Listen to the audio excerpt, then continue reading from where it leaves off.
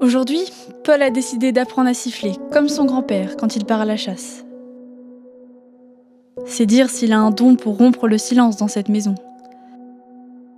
Son regard quand il se fait gronder, sa façon bruyante de rire, ou même quand il peste après la pluie, me font terriblement penser à son père.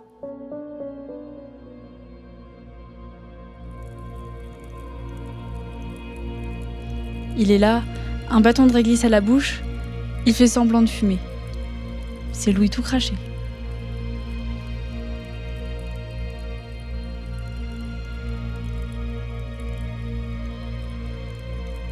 Je lui confectionne une nouvelle petite chemise pour le bal du village. Il a tant grandi. Je sais que bientôt va avoir lieu le grand bal. Je souhaite de tout mon cœur que vous alliez vous y amuser avec ton amie Yvette. Cela te changera les idées. J'espère que vous ne manquez de rien et que mes parents veillent bien sur vous deux.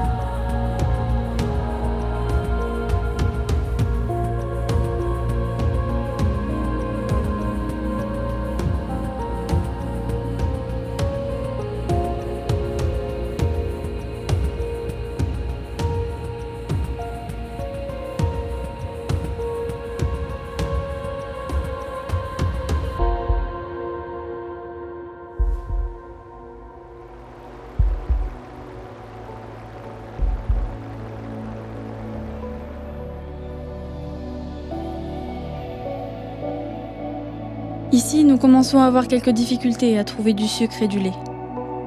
Heureusement, les parents de Louis sont là. Ils ont fait des réserves et ils me dépannent.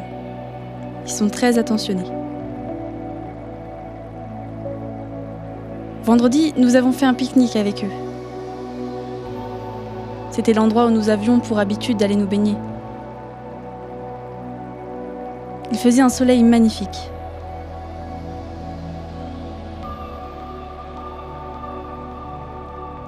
Paul s'est amusé à courir après les oiseaux et à embêter les escargots. Malgré cette triste guerre, nous arrivons quand même à avoir quelques moments de rigolade.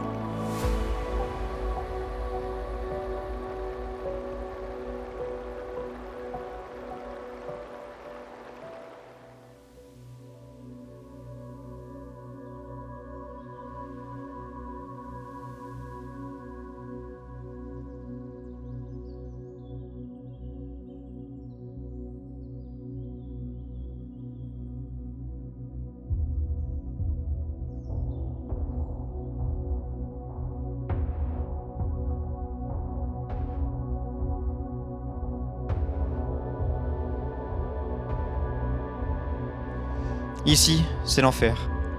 Je vois tous les jours des camarades tomber sous le feu de l'ennemi. Surtout ne t'inquiète pas, ma Marie. Je suis très prudent, et ils ne m'auront pas.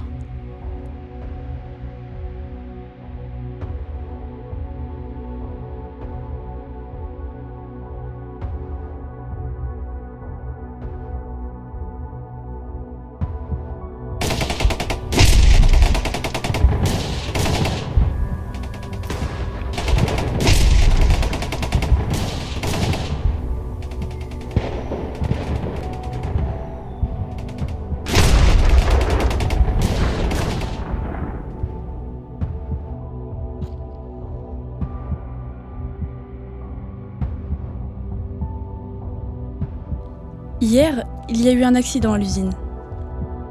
Le vieux Fernand a mis sa main dans l'une de ces machines diaboliques. Heureusement, rien de grave. Il s'en est sorti avec quelques écorchures et une grosse frayeur. La cadence est intensifiée depuis quelques semaines. Nous fabriquons sans relâche les obus qui vous protégeront, mon tendre amour. Ce travail nous casse le dos, mais il nous empêche de gamberger. Avec mes copines, Yvette et Germaine, on rigole bien. On se moque souvent de notre contremaître. Quelle peau de vache celui-là. Parfois, je me dis que l'obus que je tiens dans ma main va sans doute ôter la vie d'un jeune soldat. Un soldat allemand, certes, mais un homme quand même. Ce qui me rend supportable cette idée, ce qui rend supportable l'idée de fabriquer ces engins de mort, c'est que je me dis qu'il t'aura peut-être sauvé la vie, mon Louis.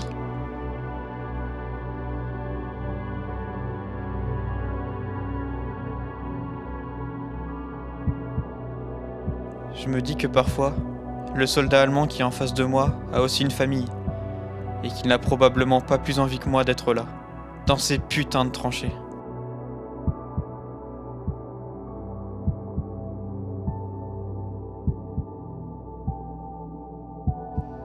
Le caporal nous appelle.